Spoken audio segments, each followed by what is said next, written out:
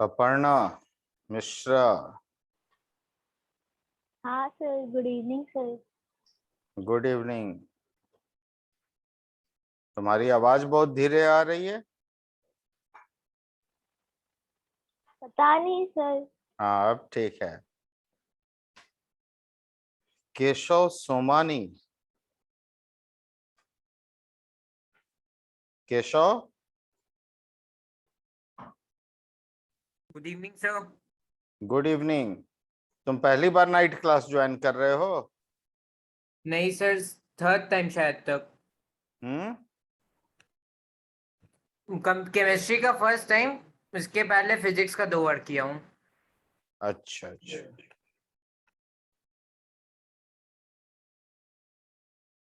हमने कुछ question send किए थे, उसको आप लोगों ने अटेम्प्ट लिया है?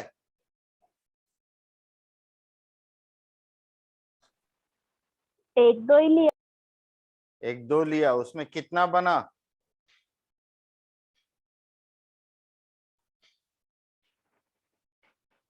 बोलो, कुछ बना?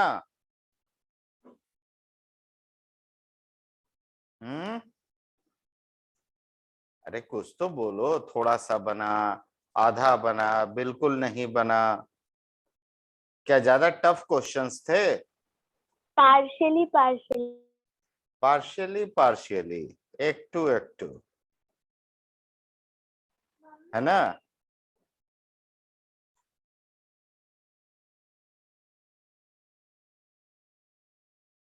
चलो, तो आज का क्लास स्टार्ट करते हैं। पहला जो क्वेश्चन है, जरा स्पीकर को सेट कर लो।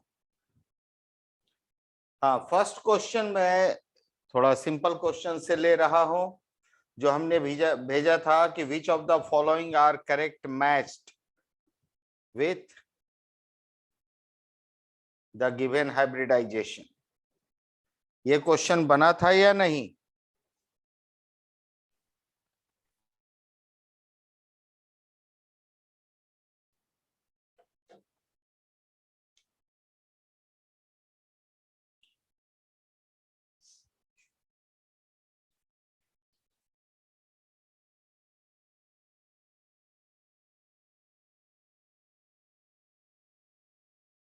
यहां पर नहीं दिख रहा है, इधर से, यहां से।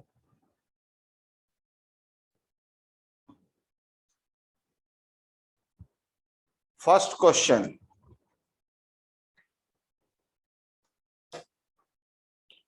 मैं बोर्ड पर पहले थोड़ा लिख दो।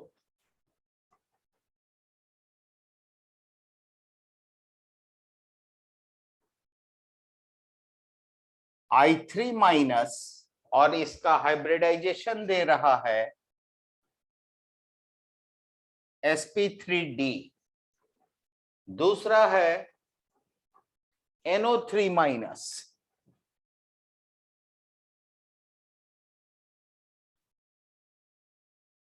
इसका हाइब्रिडाइजेशन दे रहा है sp2 जेनॉन हेक्साफ्लोराइड। इसका हाइब्रिडाइजेशन दे रहा है sp3d। और चौथा है जेनॉन डाइफ्लोराइड। इसका हाइब्रिडाइजेशन दे रहा है sp। ये क्वेश्चन में गिवन है और कह रहा है कि इसमें से कौन करेक्टली मैच्ड है। इसके बाद 4 ऑप्शन दिए गए हैं। फर्स्ट ऑप्शन में कह रहा है कि ए, बी और सी तीनों करेक्टली मैच्ड है। दूसरा कह रहा है ए और बी सिर्फ है।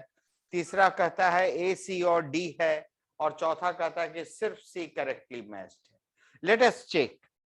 इसको अगर हम चेक करें तो याद होगा केमिकल बॉन्डिंग में हमने आपको लोन पेयर और बॉन्ड पेयर के आधार पर डायग्राम खींचना सिखाया था। And according to the Lewis theory, charges always lie on the central atom or they are assumed to be lying on the central atom. तो I3 माइनस है, तो यहां पर 3 आयोडीन है। अब 3 आयोडीन में एक माइनस चार्ज है, तो बीच वाले आयोडीन पर माइनस चार्ज मान लो, मतलब इसके पास वैलेंस शेल में 8 इलेक्ट्रॉन्स हो गए, बाकी के पास 7 इलेक्ट्रॉन है। तो ये एक बॉन्ड इसके साथ और एक बॉन्ड इसके साथ बनाएगा। अभी भी बीच वाले आयोडीन पर 6 इलेक्ट्रॉन बचे हुए हैं, किनारे वाले पर भी 6 इलेक्ट्रॉन बचे हैं।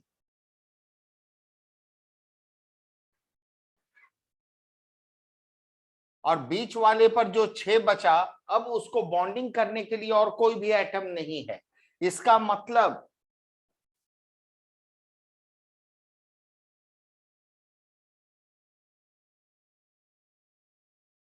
ये 6 इलेक्ट्रॉन ट्राइगोनल प्लेनर ज्योमेट्री को बनाते हुए बीच में होंगे। तो अब बताओ, 2 बॉन्ड है और 3 लोन पेयर है on the central atom,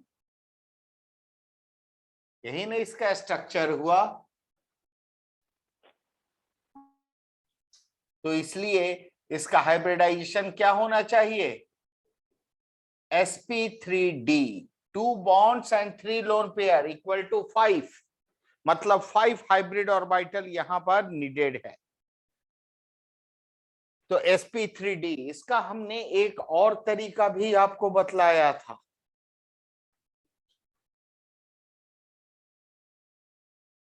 I3 minus में बताओ कितने वैलेंस इलेक्ट्रॉन्स टोटल हुए? तो 7 होता है एक आयोडीन में, तो 7 या 21 और एक माइनस चार्ज 22, 22। 8 से बड़ा नंबर है तो इसको 8 से डिवाइड करो।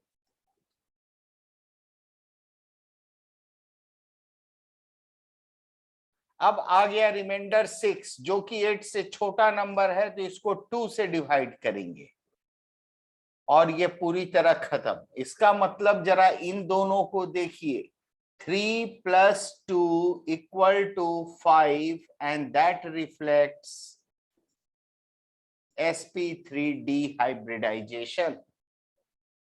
आई बात समझ में? इसका मतलब पहला वाला करेक्टली मैच्ड है। अब दूसरे वाले को देखो, NO3-, नाइट्रोजन पर एक माइनस आया, इसका मतलब कि 6 इलेक्ट्रॉन हो गए और 3 ऑक्सीजन हैं। तीनों को डबल डबल बॉन्ड बनाना है, पर नाइट्रोजन को तो अब एक ही जगह डबल बॉन्ड बना सकता है। तो नाइट्रोजन अगर किसी एक ऑक्सीजन के साथ डबल बॉन्ड बना ले, तो बाकी 2 ऑक्सीजन को वो क्या करेगा? कोऑर्डिनेट बॉन्ड देगा, क्योंकि नाइट्रोजन ऑक्टेट को वायलेट नहीं कर सकता, सेकेंड पीरियड का एटम है।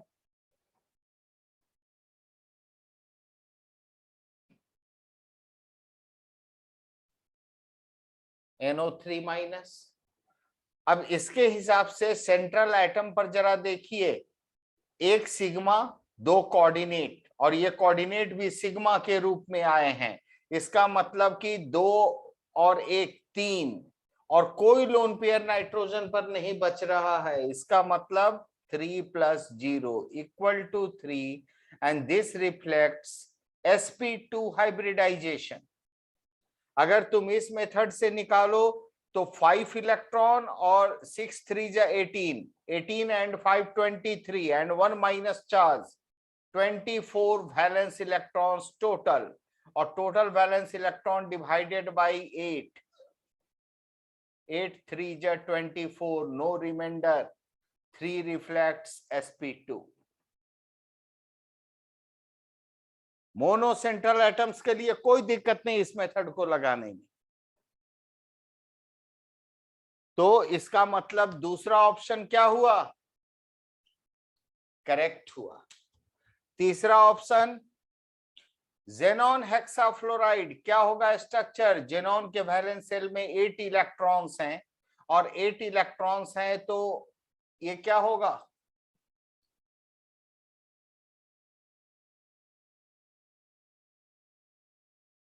छह फ्लोरीन के साथ 6 सिग्मा बॉन्ड तो बना लेगा, और ये बनाने के बाद भी इसके पास एक लोन पेयर बचा रहेगा। मतलब 6 सिग्मा और एक लोन पेयर, टोटल कितने हुए? 7। तो 7 का मतलब क्या हो गया? sp3 ये 4 हो गया और d3 होगा। बोलो, हाँ ये सर। समझ में आया कि नहीं आया? हाँ सर। टोटल 7 हाइब्रिड ऑर्बिटल चाहिए। 7 हाइब्रिड ऑर्बिटल में एक s लिया, 3 p लिया, तो 4 हो गए एटॉमिक ऑर्बिटल्स, और 3 d ले लिया, तो टोटल 7 एटॉमिक ऑर्बिटल। और ये इंटरमिक्स होकर जो हाइब्रिड ऑर्बिटल बनाएंगे उसका नाम होगा sp3d3। क्या यहां पर sp3d3 है? नहीं है, तो ये गलत मैच्ड है। अब इसके बाद XCF2 को देखो। जेनॉन 8 इलेक्ट्रॉन है, एक फ्लोरीन के साथ सिंगल बॉन्ड, एक फ्लोरीन के साथ सिंगल बॉन्ड, और 3 लोन पेयर इस पर एज इट इज बच जाएंगे। ठीक है, 3 लोन पेयर बच गए, 2 सिग्मा और 3 लोन पेयर, कितने हुए? sp this is equal to sp3d होना चाहिए। ये भी गलत है।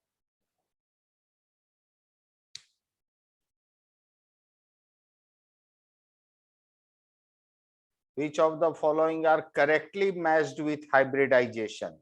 तो इसमें कौन कौन सही हुआ? सिर्फ A एंड B। ऑप्शन 2 देखो, लिखा हुआ है A and B only, that's the correct option. आया समझ में या नहीं आया? हाँ हाँ सर। सर आ गया। तो अगले क्वेश्चन पर चलें। हाँ सर। अगला क्वेश्चन कौन सा लें? Schrodinger wave equation. हाँ बड़ा डरते हुए बोल रही है, हैं? बहुत, ये क्वेश्चन बना है क्या? बोलो। नहीं, इस पर नहीं बनाए थे। बनाई ही नहीं? ये लो, नहीं मतलब पढ़े। पढ़े? हाँ, पढ़ के तो बहुत एहसान की। चलो मैं इस क्वेश्चन को लिख देता हूं पहले। ये है radial wave function, and this is equal to क्या वैल्यू दे रखा है? 1/16 इंटू √4, 16 है ना?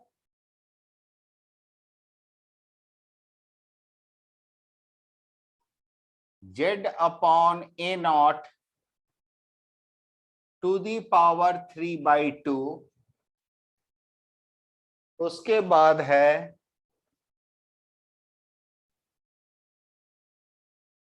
σ-1 इंटू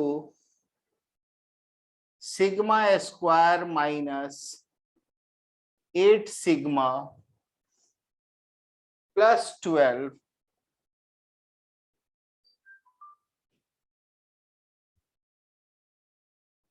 इंटू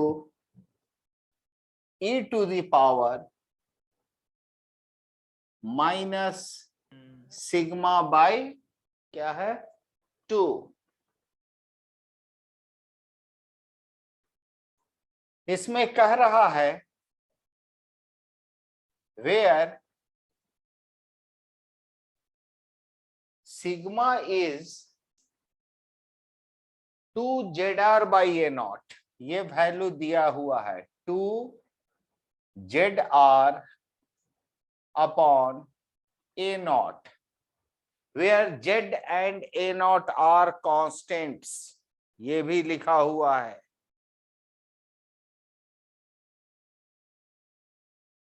अब कह रहा है फाइंड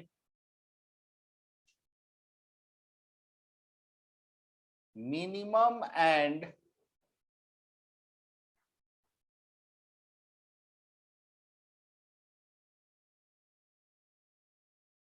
maximum positions of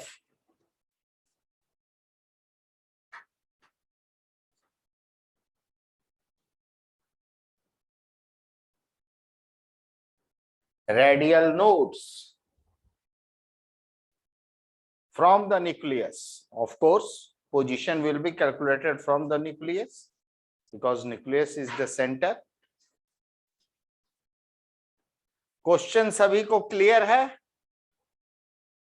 हाँ, इस तरह के क्वेश्चन में वेव फंक्शन का बड़ा सा इक्वेशन देखकर ही आधा लोग हिम्मत छोड़ देते हैं, बोलते हैं इसको टच करना क्वेश्चन को दिक्कत है। कोई दिक्कत नहीं है बेटा, हमें निकालना क्या है? रेडियल नोड का पोजीशन ना। पहले ये बताओ कि नोड किसे कहते? नोड क्या है? जहां पर इलेक्ट्रॉन के होने की प्रोबेबिलिटी एग्जैक्टली 0 हो। याद आया? Node is the area, is the space or region inside an atom where the probability of finding an electron is exactly 0. अब ये रेडियल नोड की बात कर रहा है तो रेडियल वेव फंक्शन दे रखा है। रेडियल वेव फंक्शन का वैल्यू जहां जहां 0 होगा वही सारे नोड्स होंगे। इतनी बात समझ में आ रही है? हाँ सर। हाँ सर। अब जरा ध्यान दो, ये जो लंबा सा इक्वेशन लिखा है, इस इक्वेशन में देखो, ये एक पार्ट है, ये दूसरा पार्ट है, ये तीसरा पार्ट है और ये चौथा पार्ट है। बताओ ये 4 पार्ट्स का मल्टीपल है कि नहीं है? है सर। यस और सर। अगर हम लिख दें कि ये 4 पार्ट्स का मल्टीपल इक्वल टू 0 आना चाहिए to find out the value of radial node, तो ये कैसे होगा? कोई बताओ। एक 0 हो जाएगा सर। हाँ, फर्स्ट पार्ट को देखो, कोई एक 0 हो जाएगा, पर कौन होगा ये भी इंटेलिजेंटली सोचना है। देखो तो फर्स्ट पार्ट कभी भी 0 हो सकता है? नहीं कभी नहीं। नहीं sir. Second part Z/A0, Z और A0 दोनों एक नॉन जीरो कांस्टेंट वैल्यूज हैं, कभी भी इसका value power to the power 3/2 ये 0 नहीं हो सकता। चौथा वाला पार्ट बताओ, नहीं ये होगा भी सर। कभी 0 नहीं हो सकता। मतलब 0 होने के लिए सिर्फ और सिर्फ एक ही जगह है, वो है थर्ड कंपोनेंट, है ना? हाँ सर। पहले इतनी बात क्लियर कर लो माइंड में। First, second and fourth components can never be 0 at any condition, क्योंकि सबका अपना कुछ ना कुछ वैल्यू है। Z है, A0 है, सबका वैल्यू है, 0 किसी का वैल्यू नहीं है। और उसको सॉल्व और रेशियो में है तो रेशियो भी कभी 0 नहीं होगा जब तक न्यूमरेटर 0 नहीं होता है। इसलिए सिर्फ इसी कंपोनेंट को कंपेयर किया जा सकता है 0 से। अब बताओ, ये कंपोनेंट खुद में 2 छोटे कंपोनेंट्स का मल्टीपल है, तो इन दोनों में से ये भी 0 होगा तो भी 0 हो जाएगा वैल्यू, और ये 0 हुआ तो भी 0 हो जाएगा। मतलब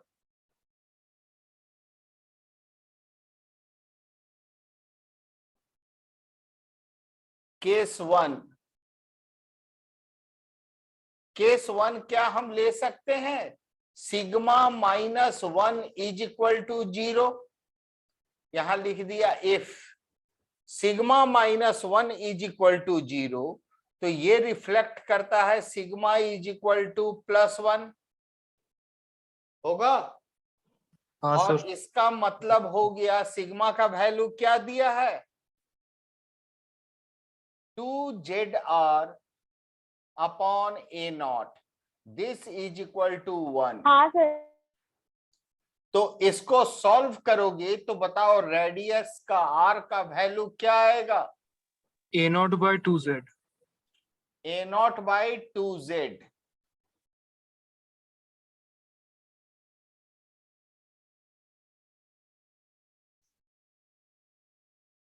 जरा देखिए, ये जो आपने रेडियस निकाला, आर का वैल्यू निकाला, ये आर का वो वैल्यू है जहां पर ये वेव फंक्शन 0 होगा।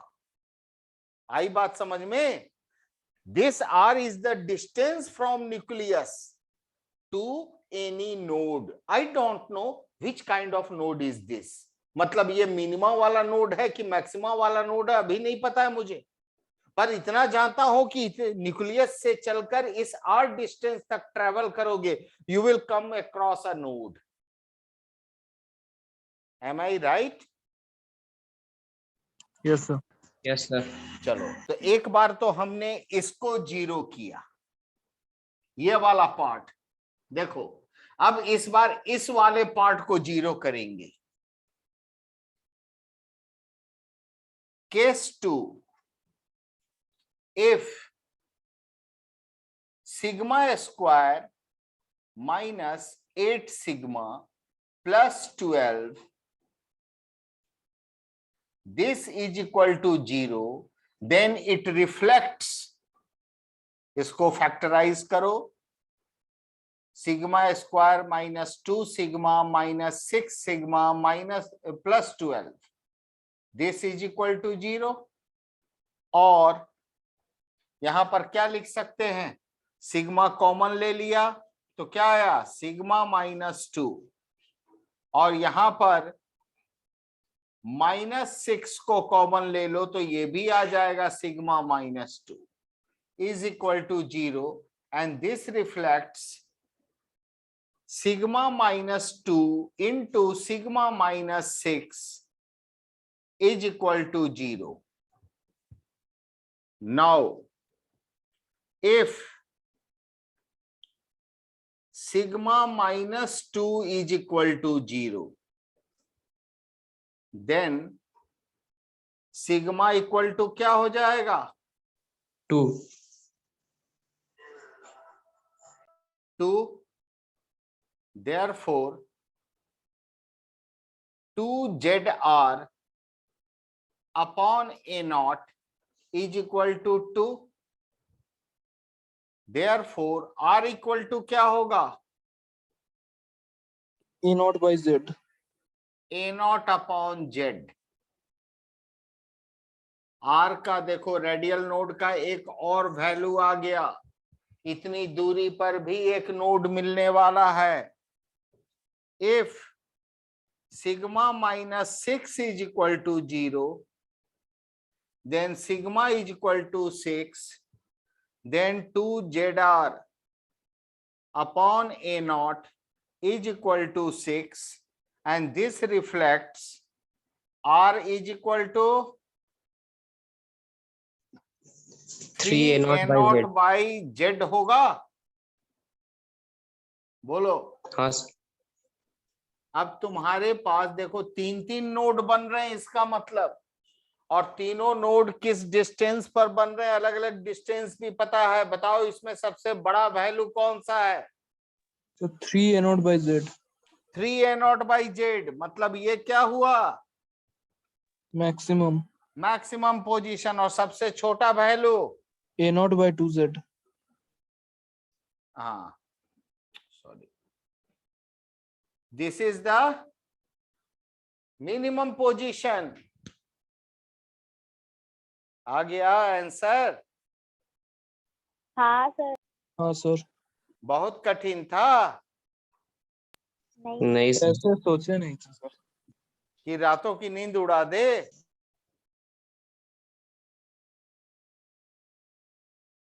तुम लोग डर जाते हो। और सर डर के पता ही नहीं था करना है कैसे। यार पता कैसे नहीं था यार? नोड का डेफिनेशन नहीं बताया हूँ? नोड और ऑर्बिटल नहीं पता है? जहां मैक्सिमम प्रोबेबिलिटी हो हाँ वो इलेक्ट्रॉन पता की है सर। तो वो ऑर्बिटल है, और जहां मिनिमम प्रोबेबिलिटी हो मतलब जीरो हो वो नोड है। बस उसी का तो फायदा उठा लिया। कहीं भी नोड पर क्वेश्चन दे, बस वेव फंक्शन का जो इक्वेशन दिया उसको इक्वल टू जीरो कर। अब जो रेडियल डिस्टेंस आवेगा वो उसी डिस्टेंस पर नोड होगा। क्लियर? हाँ सर। हाँ चलिए तो एक और क्वेश्चन लिया जाए। चलो भाई अगला क्वेश्चन कहाँ हो, आ जाओ।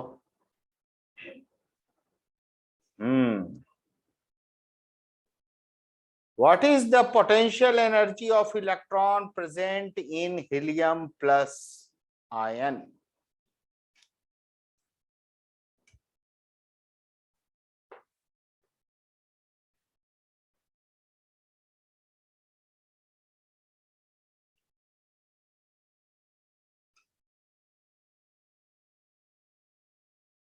अगला जो क्वेश्चन है ये कह रहा है potential energy of helium plus is equal to what? और ये किन टर्म्स में लाना है आंसर? जरा ऑप्शंस में टर्म भी देख लो। स्मॉल ई, पाई, एप्सिलॉन और R. Small E, pi, epsilon not और आर, इन टर्म्स में ही हमको आंसर लाने हैं। ये क्वेश्चन बनाए हो? चलो देखो,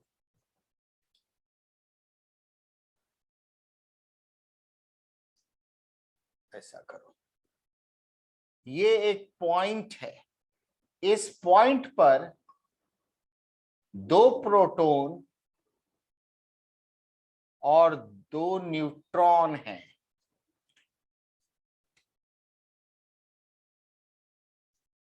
दिस इज द पॉइंट, और इस पॉइंट से इस डिस्टेंस पर एक इलेक्ट्रॉन है जो इसका चक्कर लगा रहा है, न्यूक्लियस का। ठीक है? हीलियम में दो इलेक्ट्रॉन होते हैं तो हीलियम प्लस में एक ही इलेक्ट्रॉन रहेगा ना, और यही इलेक्ट्रॉन इसका चक्कर लगा रहा है। पोटेंशियल एनर्जी किसे कहते हो?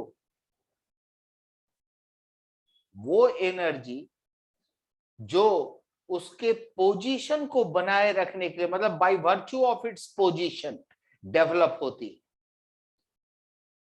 The energy rising to a body by virtue of its position. तो आइए देखें कि इलेक्ट्रॉन को अपने पोजीशन बनाए रखने के लिए क्या एनर्जी लगानी पड़ रही है, मतलब क्या वर्क डन करना पड़ रहा है। तो इलेक्ट्रॉन के पोजीशन को पहले खतरा किससे है ये जरा समझो। इसी न्यूक्लियस से ना। ये न्यूक्लियस है कि रिजिड मास है, हेवी मास है, और ये इस इलेक्ट्रॉन को खींच रहा है।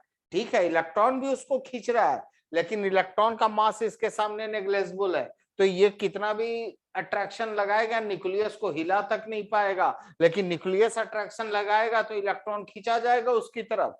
अब इलेक्ट्रॉन अपनी पोजीशन को बनाए रखना चाहता है, तो पहले ये देखो कि इलेक्ट्रॉन को कितनी ताकत से वो खींच रहा है। इस डायरेक्शन में एक इलेक्ट्रोस्टैटिक फोर्स ऑफ अट्रैक्शन लग रहा होगा। बोलो। हाँ सर। उस फोर्स का क्या वैल्यू होगा? K into coulombic constant K into, बोलो, E1 E2 by R2 Q1 into Q2। Q1 कितना है बताओ? Q Q1 कितना है? 2 प्रोटॉन का चार्ज, मतलब 2 इलेक्ट्रॉनिक चार्ज, लेकिन पॉजिटिव नेचर का, plus 2 electronic charge into Q2 क्या हो जाएगा? नेगेटिव नेचर का 1 इलेक्ट्रॉनिक चार्ज अपॉन, ये डिस्टेंस को r मान लें तो r², ऐसा हो जाएगा। बोलो। हाँ सर। तो F equal to K into, sorry, minus K into 2E² upon R²। ये हुआ अट्रैक्टिव फोर्स। तो इस अट्रैक्टिव फोर्स की वजह से क्या अट्रैक्टिव एनर्जी लग रही है? तो फोर्स, इतना फोर्स लगने के बाद भी वो अपने आप को r डिस्टेंस पर डिस्प्लेस करके रखा है, तो अट्रैक्टिव एनर्जी क्या हो जाएगी? Minus K into 2E² upon R² into displacement is R होगा, and this is equal to minus K into 2E² upon R। अब बताओ, यही एनर्जी जो है इलेक्ट्रॉन को खींच रही है, उसके पोजीशन को डिस्टर्ब करना चाह रही है, और इससे बचने के लिए इलेक्ट्रॉन ठीक इसके अपोजिट इतनी ही एनर्जी लगा रहा होगा, तभी तो R डिस्टेंस पर मेंटेन्ड है। बोलो। तो इसका मतलब ये तो अट्रैक्टिव एनर्जी है। अब पोटेंशियल एनर्जी क्या होगा? इसके अगेंस्ट लग रहा है, जो इलेक्ट्रॉन के द्वारा लगाया जा रहा है। तो पहली बात तो माइनस के जगह वो हो जाएगा प्लस। K का वैल्यू क्या होता है? 1/4πε0 in vacuum into 2E² upon R। 2 से ये 4 कट जाएगा, तो पोटेंशियल एनर्जी बराबर क्या आएगा? बोलो। E² upon 2πε0 into R।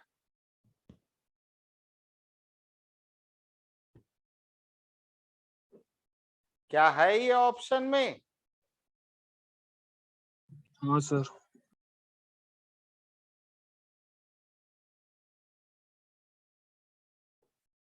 आया समझ में? हाँ सर।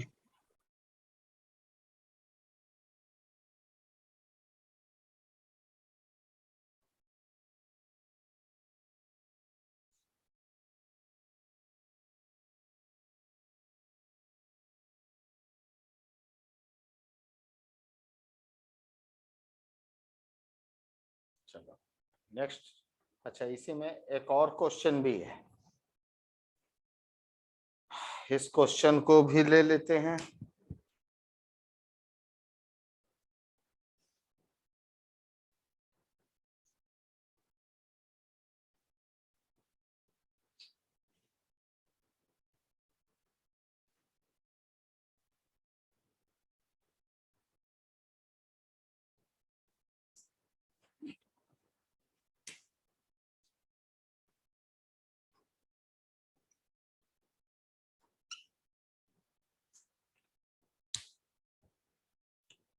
देखो ये क्वेश्चन क्या कह रहा है? If the energy of hydrogen atom in ground state is -e, ठीक है, the maximum velocity of photo electron emitted When a photon having energy EP strikes a stationary lithium 2+ ion in ground state is given by,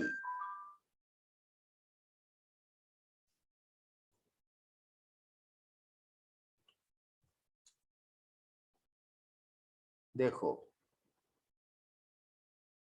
energy of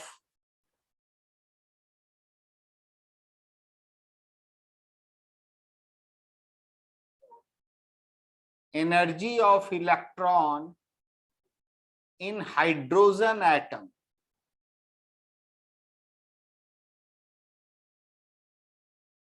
is equal to -E, ये given है। अब कह रहा है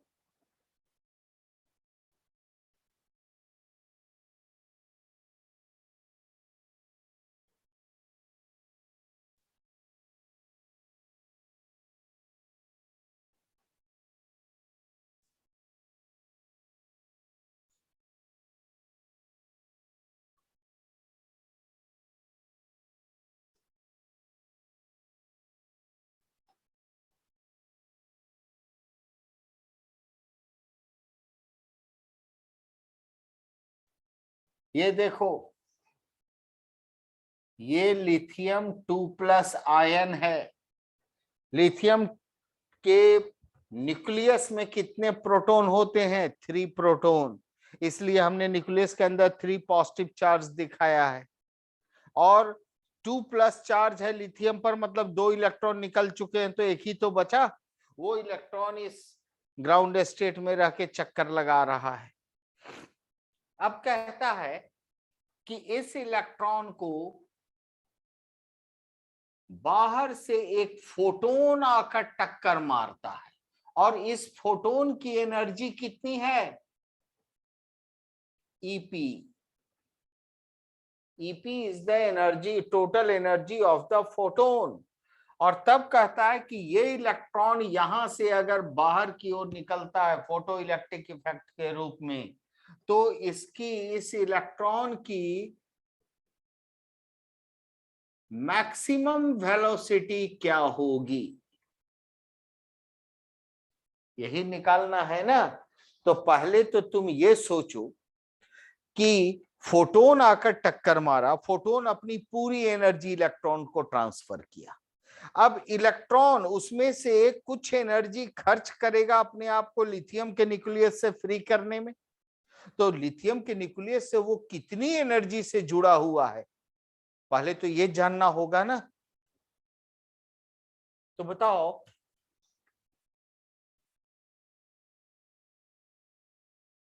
energy of electron in hydrogen, energy बराबर क्या होता है? एनर्जी बराबर क्या होता है?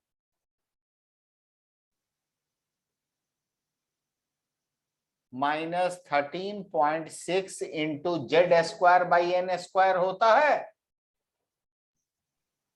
हाँ सर। तो हाइड्रोजन के लिए Z² क्या हुआ? 1² और N² 1², और ये बराबर दिया हुआ है -E।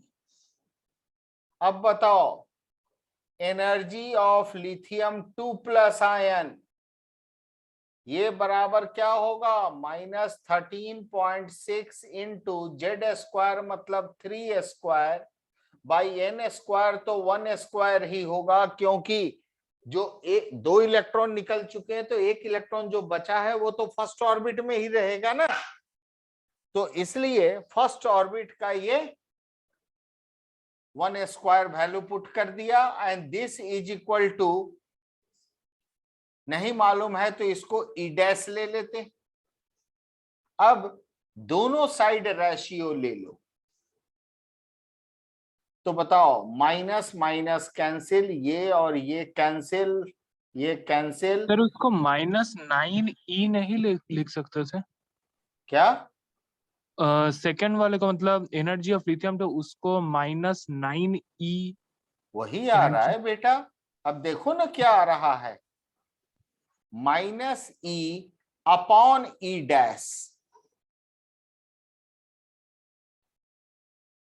इज इक्वल टू क्या आ गया 1/9। तो इसका मतलब E dash is equal to -9e आया।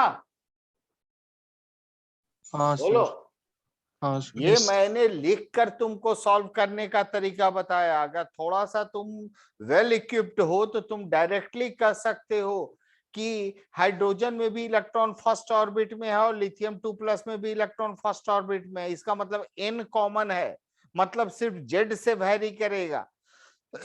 और एनर्जी के फॉर्मूला में क्या होता है, energy is directly proportional to z²। तो हाइड्रोजन का z² तो 1 है और लिथियम का 3² 9 हो जाएगा, मतलब 9 टाइम्स मोर हो जाएगी एनर्जी। तो सीधे -9e डायरेक्ट भी लिख सकते हो, पर वो लिख सकते हैं जो समझ रहे हैं। जो नहीं समझ रहे तो फॉर्मूला से ऐसे निकालेंगे तो भी -9e आएगा। अब जरा सोचो, ये इलेक्ट्रॉन इतनी एनर्जी से बंधा हुआ अपने न्यूक्लियस से, तो इसको न्यूक्लियस से अगर अपने आप को फ्री करना चाहेगा तो कितनी एनर्जी से लगाना होगा, बोलो। -9e is the binding energy. So -9e से थोड़ा ज्यादा। नहीं, -9e भी लगाओ, मतलब हम कह रहे हैं कि -9e से तो वो बंधा हुआ है, बॉन्डेड है, तो फ्री होने के लिए उसको +9e लगाना होगा ना। हाँ सर, हाँ सर, समझ में आई बात। हाँ सर। तो अब बताओ फोटोन से कितनी एनर्जी मिली उसको, ईपी। और ईपी में से कितना एनर्जी उसने खर्च कर दिया अपने आप को फ्री करने में, -9। ईपी में से +9e एनर्जी खर्च किया। तो अब हाँ बचा सर, कितना एनर्जी उसके पास, ईपी में से 9e को माइनस कर दिया हमने। हाँ सर। तो इतनी एनर्जी उसके पास जो बच गई वही तो है उसकी kinetic energy, maximum kinetic energy.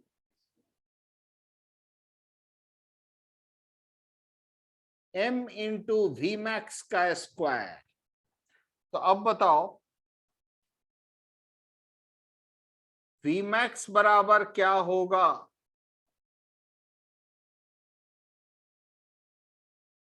√2 into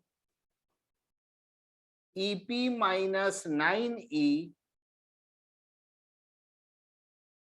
divided by m।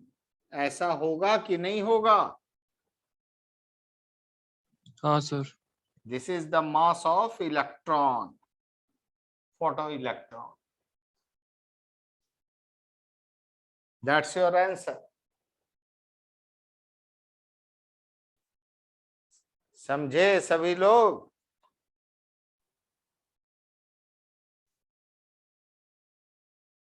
समझ में आया कि नहीं। हाँ सर। हाँ हाँ हाँ, चलो अब अगले क्वेश्चन पर जरा चलते हैं। ये बताओ, क्वेश्चन नंबर एक है 43। At constant temperature the pressure of an ideal gas is increased by 20%। Sir, ये बन गया है, मतलब हो गया। हाँ। कितना आया percent decrease in volume, 16.67%।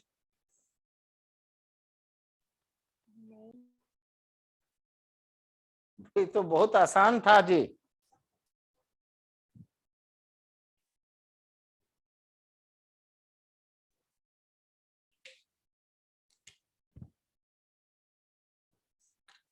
At constant temperature जहां बोल दिया, at constant temperature the pressure of ideal gas, इसका मतलब टेम्परेचर भी constant, number of mole of gas भी कांस्टेंट। और गैस को आइडियल मान के चलना है, तो इसका मतलब क्या हो गया, PV equal to constant. NR और पीवी इक्वल टू कांस्टेंट हो गया तो पहले कंडीशन में मान लो प्रेशर भी 100 है, वॉल्यूम भी 100 है,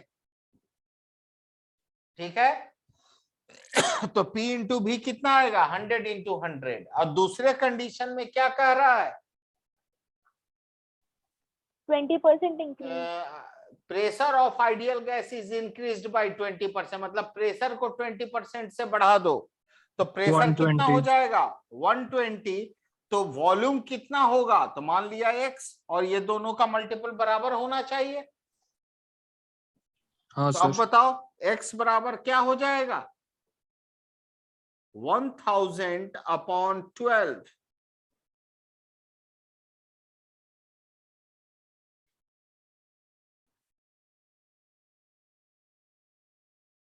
आएगा। तो x का हाँ वैल्यू सर। इतना आ गया, तो परसेंट डिक्रीज कितना होगा,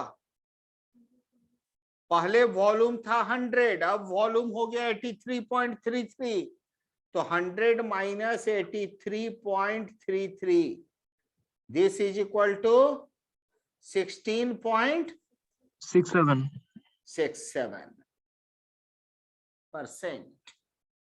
क्योंकि हम 100 लेकर ही चल रहे थे, तो जो आएगा वैल्यू वही परसेंट हो गया। हुआ कि नहीं? हाँ सर। हाँ सर। हाँ। 44 नंबर क्वेश्चन बनाए हो?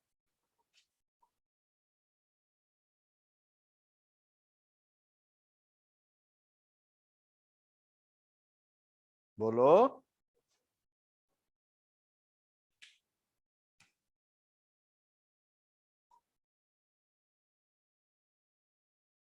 44 नंबर क्वेश्चन में क्या कह रहा है, 1 मोल गैस है, 1 mole van der Waals gas at its Boyle temperature. 1 mole van der Waals gas का मतलब 1 मोल रियल गैस।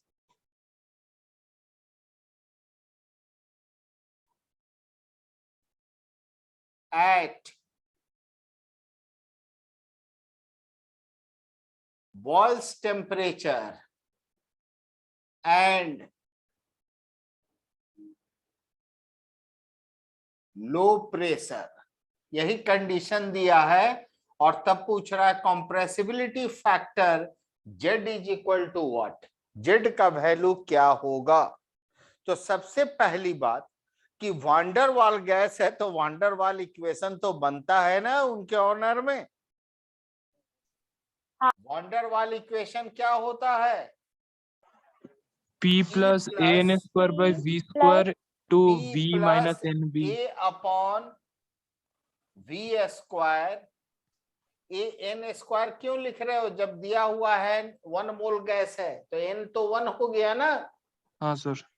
तो P plus A upon V square into V minus B B is equal to equal nRT। To RT।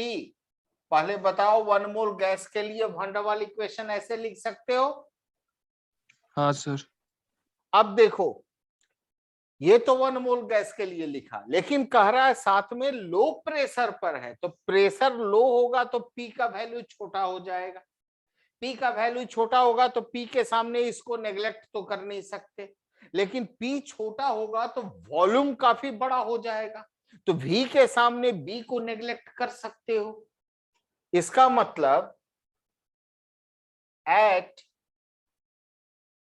Low pressure V minus V will be almost equal to V। Therefore, अब बताओ इसके जगह अगर V लिख दिए तो bracket को break करोगे तो क्या आ जाएगा, PV plus A upon V is equal to RT, ऐसा आएगा इक्वेशन। और इस इक्वेशन में पूरे को RT से डिवाइड कर दो तो क्या होगा, ये वाला पार्ट हो गया Z plus A by VRT is equal to 1। अब बताओ, और Z इज इक्वल टू क्या हो जाएगा, 1 minus A upon V R into T, और टी को क्या हम बॉयल्स टेम्परेचर लिख सकते हैं एज पर द क्वेश्चन? हाँ सर। तो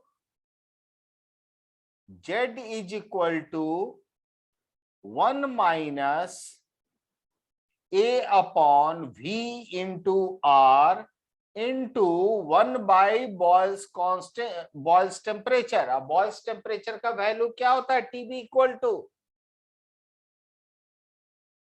A अपॉन आर बी होता है। बोलो, बॉयल्स हाँ temperature A upon R B, हाँ sir. Inversion temperature 2A upon R B, बताए थे ना? हाँ सर। हाँ सर। तो A अपॉन आर बी क्या होगा? A और A कैंसिल, R और R कैंसिल, तो Z is equal to 1 minus B upon V।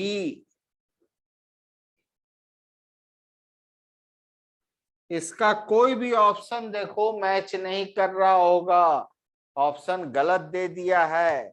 Actually third option जो है ना 1 प्लस बी बाई वी, वो एक्चुअली होना चाहिए था 1 माइनस बी बाई वी।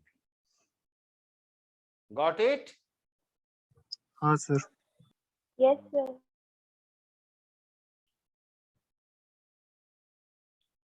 उसके बाद वाला क्वेश्चन बना है।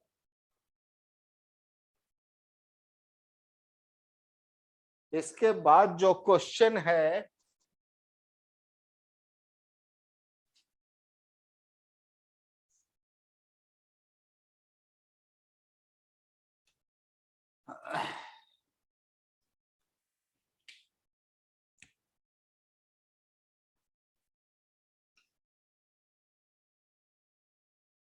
इस क्वेश्चन में एक ग्राफ दिया हुआ है।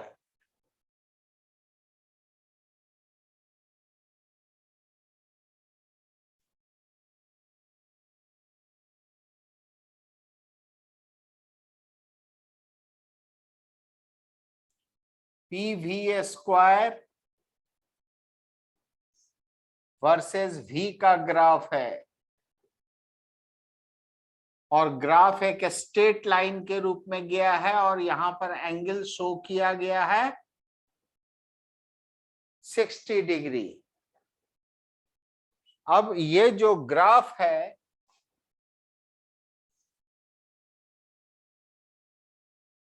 ये 2 मोल गैस के लिए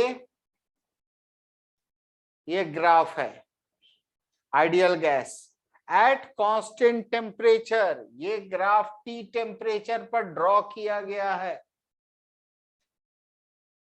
Following plot is found applicable, then the value of T is, sir slope ले लेंगे तो पीवी इक्वल टू उसका वैल्यू निकल जाएगा T 10। is equal to what? बिल्कुल सही बेटा। पहले ये बताओ, टेम्परेचर कांस्टेंट होता है, टेम्परेचर जब कांस्टेंट होता है तब P और V में नॉर्मल तुम क्या रिलेशन पढ़े हो? बोलो। P is inversely P proportional to into volume. V is equal to Constant. Constant K ले लो। हाँ सर। अब हम ग्राफ देख रहे हैं पीवी स्क्वायर वर्सेस V, तो पीवी स्क्वायर टर्म बनाने के लिए अगर हम बोथ साइड V से मल्टीप्लाई कर दें तो कोई दिक्कत नहीं सर। तो नहीं क्या आ जाएगा?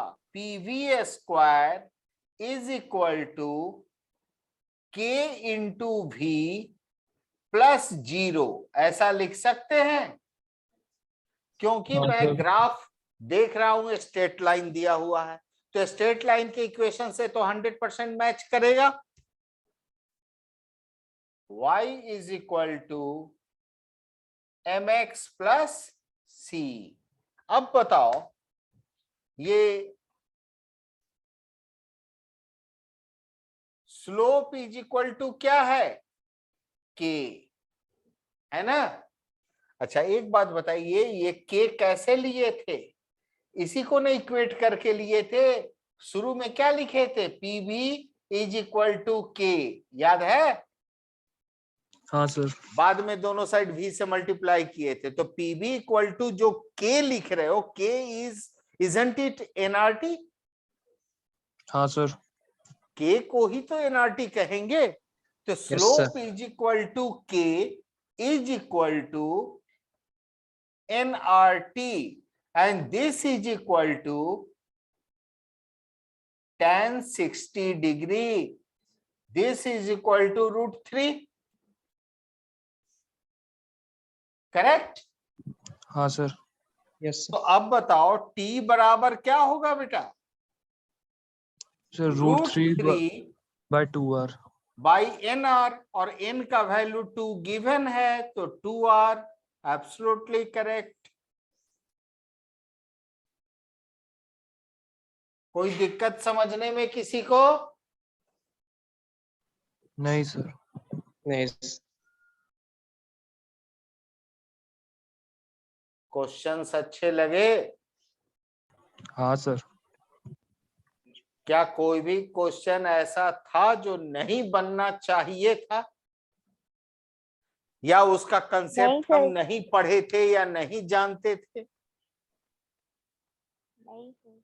सब कुछ पढ़ा हुआ था, but it requires appropriate application, और एप्लीकेशन प्रैक्टिस के लिए ही तो क्वेश्चन दिया जाता है।